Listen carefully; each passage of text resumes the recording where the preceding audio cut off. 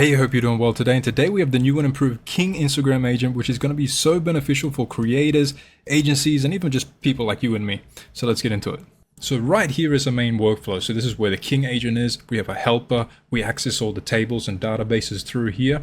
But if we jump over to our other workflow, we have 6 different automations, 7 actually, running all from the one workflow right here. And this is how you should be doing it now, okay?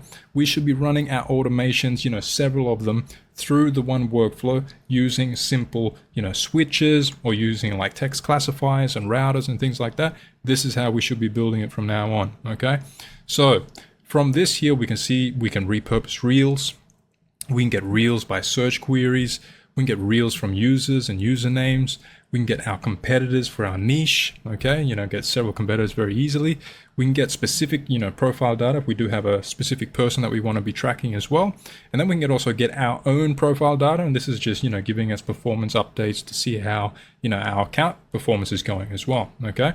So let's give this a little demo. I'll start off here just by testing the workflow. I'm going to open up Telegram here. And the first thing I'm going to do is just put in help, okay? And it'll come down here to the helper little section here and then output this. Now, this is being output, because this is just something I've made and then just formatted through JavaScript here. But essentially right here is giving you all the commands and everything that all of this, the whole system does. Okay, so we're not confused like, oh, how do I do this again? How do I do that again? Everything is here. You get confused, use help. And this is what you can be adding to your own workflows as well. So right here, we can see, for getting commands to access the database, we can get 10 users, for example, or get 5 users with the highest followers, get our performance stats as well. We can get 10 search reels or get 5 search reels with hot. And the great thing about this is we can get the results, almost instantly, okay? Because we're not relying on an AI agent to go through all the data, to hallucinate and, output wrong information. We just get it straight from a database, okay? So let's give this a little test. Let's just say we want to get 10 users, okay? So I'm just going to put that in there, click send, press test workflow, and you see it jump right over here. And there we go. We have 10 usernames right here. And this is great because if we want to start, repurposing some of their reels, we want to start getting the reels from their accounts as well, we can do that all from here as well. However, where we're getting all the information is from our database, which is on Google Sheets. So this is, where everything is being stored, okay? So this is the user reels. I don't have anything in here yet. This is for the search queries, if we're doing a search query on Instagram and getting all the reels through that as well. Repurposing here as well, and then we have our account performance as well, okay? So if we just jump back over here and let's say now I wanted to get, let's just see, we'll get 10 user reels hot. Actually, I don't have any user reels. We'll get 5 search reels hot, okay? And I'll paste that in there, let that run. So it'll come through this one right here. And there we go, boom, simple as that. So the great thing about this is because I've actually done a calculation with the view count, the share count, the likes, and the comments. So there's a, kind of a complex calculation going on to determine the performance of that video, okay? So if a video is hot, that's like the top of the top, okay? That means the videos are performing really, really well. And from here, okay, the great thing is obviously we can see all the data here. Obviously we can go to Google Sheets and see everything there as well. But what I really like about this as well is that we can just copy one of these videos. All right, so let's just say this one here, copy that link, okay? Put in repurpose, put in the video link, send it off, press this workflow again, so we can actually run it all. And you'll see it coming through the King agent right here. It's then calling that workflow, which is then going to initiate one of the workflows or automations on here, which is this one right here, sorry. And it's going to be repurposing that. Then we should get a confirmation once it's done. All right, so just let that wait for a sec because it will go through a transcription. Oh, there we go. Now we can go to our Google Sheets right here as well. And we go to repurpose. And then there we go. We have the script already repurposed and ready to go. So you can see this is from Nick. Okay, so the original username there. We do have the original reel as well, which is really good because sometimes you might want to reference and just, double check how he said this and how he edited things and so on and so forth as well. We have the original script here as well. We have the music as well, and this will actually change based on, if they use a song within Instagram, then it'll display here as well. And then we have the repurpose script. So it's actually going to take the original script, okay, and enhance it just a little bit, okay, but not overly too much where we're making a whole different weird, script. We're just going to enhance it and change things around. And we also have the repurpose caption as well. And that's just going to be a nice and easy caption that we can just copy paste straight into Instagram as well, which is going to flow nicely with the repurpose script as well. Now let's go through a little bit of how this all works as well, because I can guarantee you no one is doing this, okay? So we are starting off with a trigger and routing, okay? Now what I mean by routing is that, we're using a switch node to route, so one is going there, one is going there, one is going there, different pathways, okay? So we are starting off with that Telegram trigger. We're going through a little if node here. This is just simply for security. So if you do want to do this at home with your own workflows as well, and you are using Telegram, you're going to be essentially putting in the ID that you're getting here, okay? And then is equal to as a number to that chat ID, which is this right here. So if someone doesn't have that same actual chat ID, they cannot access your workflow and your workflow is safe, okay? Now from there, we're matching, okay? So based on what I've said, now we can see here, I have the text, repurpose, and then that Instagram link, okay? So if we look at the JavaScript code right here, we can see the commands in here, okay? So if get, search, or help, okay, is the first word, okay, so if it's the first word in my actual query, then it would output and then route to, be able to route to the specific pathway for that actual command as well, okay? So we can see right here, if, get, search, or help. However, since I said repurpose, I've also added an else if in here, okay? So essentially what that means is that if I use repurpose or performance as well, it will also output the command search. But if I use a query including get at the start, okay, which would be the first word right here, then it would actually be routed to the other one. But in this case, even these words here get routed to search. So the reason why I do that as well is because now I avoid that little extra bit of latency that a text classifier would cause, okay? Because to be honest with you, I only have 3 pathways. It's not really that difficult to route all the queries, right? And we can just avoid that little bit of cost and that little bit of latency by switching to a switch, okay? So in here, we just have our commands, and then, based on what the actual command is, which is get, search, or helper, okay, or help, sorry, that's right there. And then based on that, we're just routing it, to the corresponding place, okay? So if it was get, it would go up here. If it was search, it would come through here. And if it was help, it'll go down here. And that's going to be activating each and every single automation there, okay? So in terms of the helper right here, this is something that, I think everyone should be adding to their workflows, especially if you're working with clients. But even if you have complex workflows, and I'm sure you forget how to use a lot of the things on there as well, okay? So what I've done here, this here is just a little bit of a feedback message. So if you've seen my NA10 kind of pro tips and everything like that, this is just essentially what that is, okay? So it's just giving us feedback. The helper formatting here is not really anything spectacular, but this is just essentially has all the text that I want to be sent to Telegram is going to be right here. And it's just a lot easier to type in here, okay? And then that's just going straight into a Telegram send message node, okay? And then that's just being sent straight to me or straight to you or whoever's using it, okay? So we're going to get that helper message, which is the one that we saw just before, which is this right here, okay? And this makes it really easy to see everything, to see what we're doing, to see all the commands, to see how the whole system works, and we can see everything right here. And we don't need to have an AI agent for this, because that, again, is only causing more latency, and we're now relying on an agent to formulate an answer, which is, of course, not always going to be the same. This is always the same. This is how the system works. Now over here, in our King agent setup, again, we just have feedback again, which is just similar like I showed you before here. And then in the agent itself, I'm just using, the messages coming from the Telegram trigger, okay? And then we just have a simple prompt, okay? So we're calling the workflows, and these are the arguments here, okay? So this is what it should be using with a type. And then we have the query string. So this is where like the username comes in, or the Instagram URL, the link, okay? This is what it'd be using, the query string, and the valid workflow types. So I'm just kind of listing out, what each and every workflow kind of does, so the AI agent can understand where to route everything and how to utilize the call workflow tool. And then down here, we have the call workflow tool right here. These are just defined by the model, okay? Because we want it to be dynamic so that it's changing based on the query that I send it. And in the description here, nothing special, but I'm just, again, kind of listing everything out just so it knows that this is a tool to call and these are the arguments to use. And then obviously, the workflow is going to the Instagram King workflow. And here I just have a simple memory, which I've just hard coded with Instagram memory. So I'm not using a session ID from a chat input. I'm just going straight and using a hard coded key in here with a context window length of 10. And I'm using 4.1 mini, okay, because it's a fast, reliable, cheap large language model. And I think it's absolutely perfect for this use case. Now up here, this is where it's going to get a little bit more complex. Okay, so again, we're getting that feedback little node here. We do have the data type, okay? So the data type, again, like we saw with the router before, this is doing exactly the same thing, just based on different queries, different keywords, okay?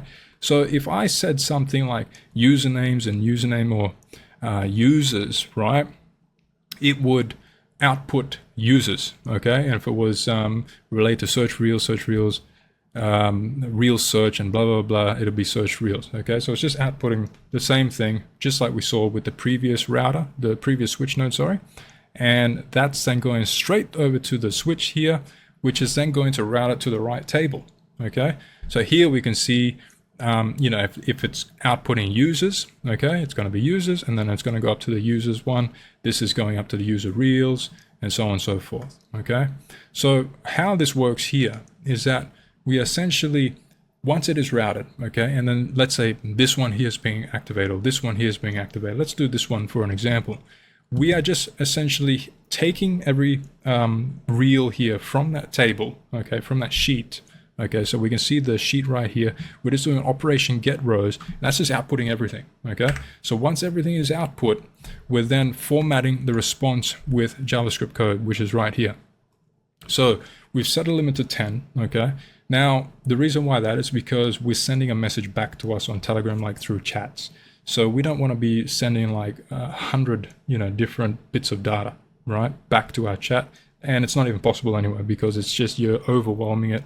There's way too much information. If you do need to see more, go to the table, right? Open it up here. You don't need to see all of that information within a little chat window.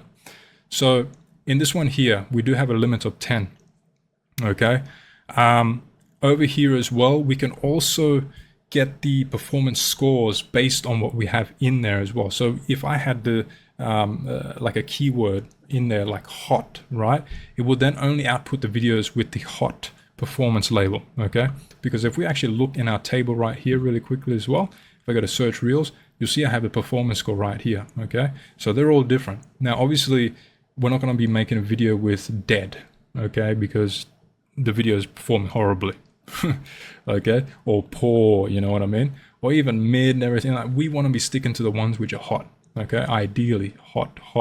We have ones that are strong, those are going to be good as well. Solid is pretty good as well, but ideally we want to be focusing on the videos which are labeled, that have a performance score of hot, because these are proven to be working well with the algorithm, with their audience, just overall doing really, really well. So coming back over here again, this is where we can actually see that filter by the performance score, okay? So this is the magic and where everything is happening. We can also sort by our views. So if we wanted to only output the highest views, okay, from all the videos, because don't forget, we might have 200, 500 different videos in there, and we don't want to be outputting, the ones with like 5,000 views, for instance, right? So if we can do this, and if we say something like most views or highest views, it would actually output the videos with the top views within the whole database, okay? So that's really, really good as well. And this is just how we're formulating and the actual output, okay? So how we're formatting everything. So we have the username, which is coming from the username. So these are all the JSONs coming directly from the Google Sheets, okay? So we have the username first, and we have the full caption. Then I'm also truncating the caption, because some captions are like this long, right? We don't want to see all of that within a chat. So I've just truncated the length, and you can see right here, we have the character length of 80, okay? And then we just have the performance score, okay? And then view, shares, video URL, and then the username. And then we actually are generating that username link, okay, with code as well. So we're taking the username JSON expression right there, okay? So we can see it actually right here, okay? And I'm just putting in the Instagram.com URL, okay? And then I have the /, and then I'm just putting the JSON expression in there and putting another /, and then basically dynamically that's going to output each and every single profile URL directly to their account, okay? And that just makes it, a lot easier for us to access through the chat as well. And yeah, then we just have no reels matched if our query was, either one, wrong, or there may be no videos that match that criteria as well. Maybe we requested hot videos. There are no hot videos because all the videos suck, okay? So that's how that works there as well. Now from there, we're just sending that, that formatted response through Telegram back to us, okay? That's all that's happening here. Nothing special. Now the rest also run the same here as well, okay? So I'm not going to go through each and every one and go through 3 hours video with you, but let's go through all the automations here. Now in this workflow here, we are starting off with a trigger, obviously, okay? So we're using the when executed by another workflow trigger, and that's essentially the tool that the King agent's using. So if you look at the King agent right here, and it has the call another workflow tool right here, this is what it is actually executing, which is then going to be executing this right here, okay? Now in here, we do have a few inputs. We have the query, okay, which is just set to a type string, and then we have the type as well. Now this is important because the type we're going to be using for our switch right here. So our AI agent is going to be outputting a type so that our type can be utilized within the switch so that our switch can route it to the right area. But the query is what we're going to be adding to our HTTP requests in every single one of these, okay? So that's a very important thing to remember as well, that we want to get both of those so that we have it ready for our query, which is going to be used in our HTTP requests, and also the type, which is going to be utilized within our switch. Then I've set all my API keys here as well, okay? So rather than having to go through and set up each and every single API and put all the information in there, I've just set it all up here with a simple little set node.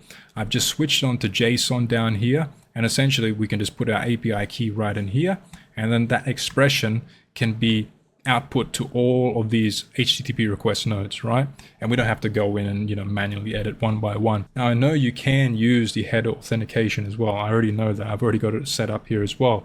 However, I've found that a lot of users get confused with using it because they can't actually see everything of what's going on. So I'm trying to, simplify things as well here. Now, the switch here, as I noted before, the type that was delivered by the King AI agent, okay, and then delivered through the execute other workflow node trigger that we just saw before, this is where the type is going to be output, okay? So this is where we're going to be utilizing it. So we can see right here, the when executed by another workflow, the JSON.type, this is what is going to be output, and then this is how we're going to be routing things, okay?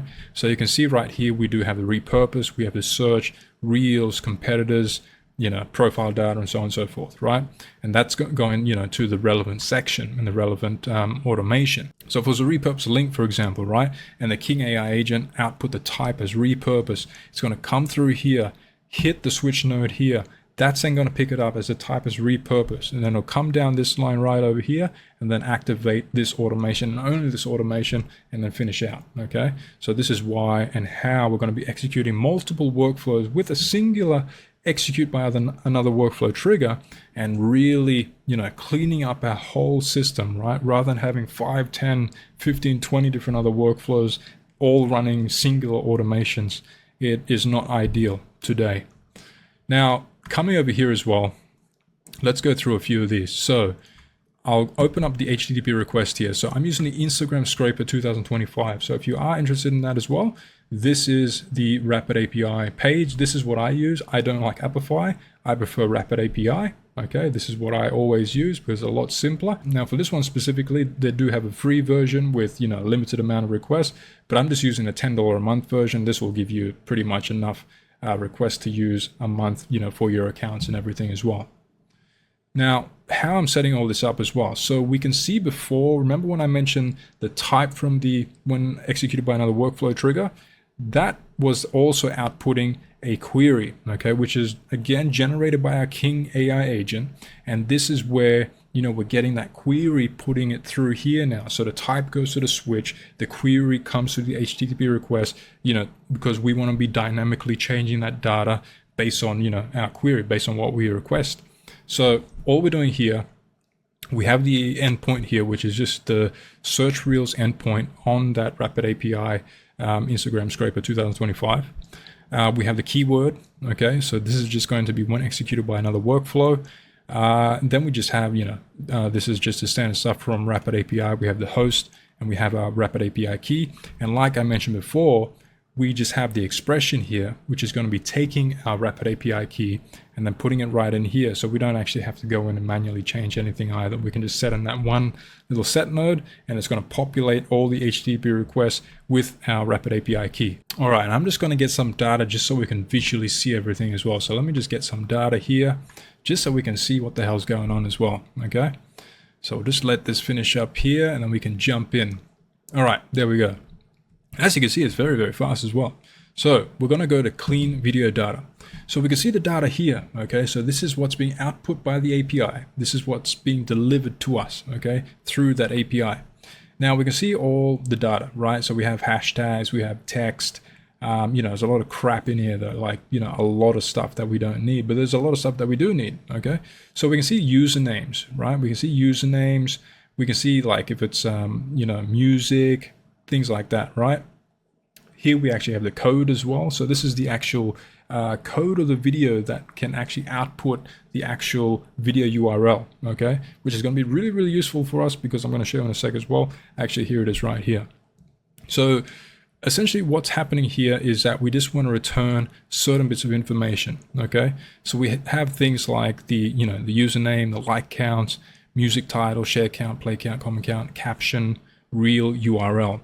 Now remember how I mentioned before how we were formulating a Instagram link to the profile using the code before and the username expression. And in this case, I'm taking this code right here, okay, which is just a series of random numbers and letters, and I'm using that as an expression, okay, and then generating Instagram real links, okay? So essentially this is all that's being changed right here based on this little bit of code right here, okay? And then it's outputting this right here. So that gives us an accessible URL that we can just click straight to their video as well, because we don't actually get video links from Instagram from the API. We don't get any of that, okay? We only get codes and things like that, just like this. So the other things that I'm getting, obviously, just like what you see here, okay? So we have all of these right here, and this is essentially just cleaning everything up. So we're just extracting the relevant and only the information that we need and want, okay? And that's what we get right here. Now coming over here, this is where we're creating those performance scores, okay? So we're taking their comment count, their play count, the share count, the like count, okay? And we're doing a calculation here. So you can see right here the engagement, okay? Which is the like count, the comment count, plus the share count. All right, and the play count here, this is what we're doing a divide by, and then that's the engagement right here, right? Which if we come down here, it's engagement divided by 0.1 times 100, okay? And then that's going to output a performance score. Now, these are the performance scores in raw numbers that we see right here, okay?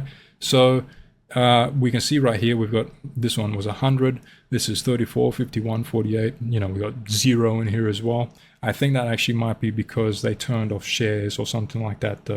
Now after that, we're doing the visuals, okay? So based on the performance score, based on that number, okay, we're creating visuals. So it's not 34 or something like that. Now we're getting like things like this, where it's hot, poor, mid, weak, and things like that, right? So basically how this works is if it's a 19 above, okay, from this performance score right here, it's going to output hot. If it's an 80 and above, it's strong. 70 above is solid, all the way down to, dead, pretty much, okay?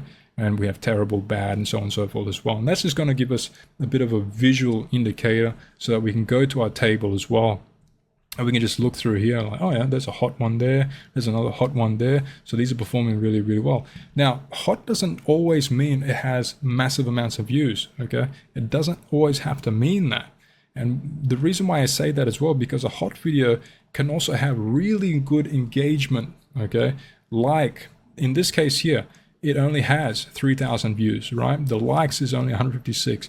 The shares are 100 and the comments are 88. So while that video is, in terms of views, is not that high, but the performance and the engagement metrics are very high, okay? For like in relation to the view count, okay? Like the ratio there, that's a very high engagement video, okay? So he must be doing something right. Now after that, we're just essentially uploading that data to our Google Sheets, okay?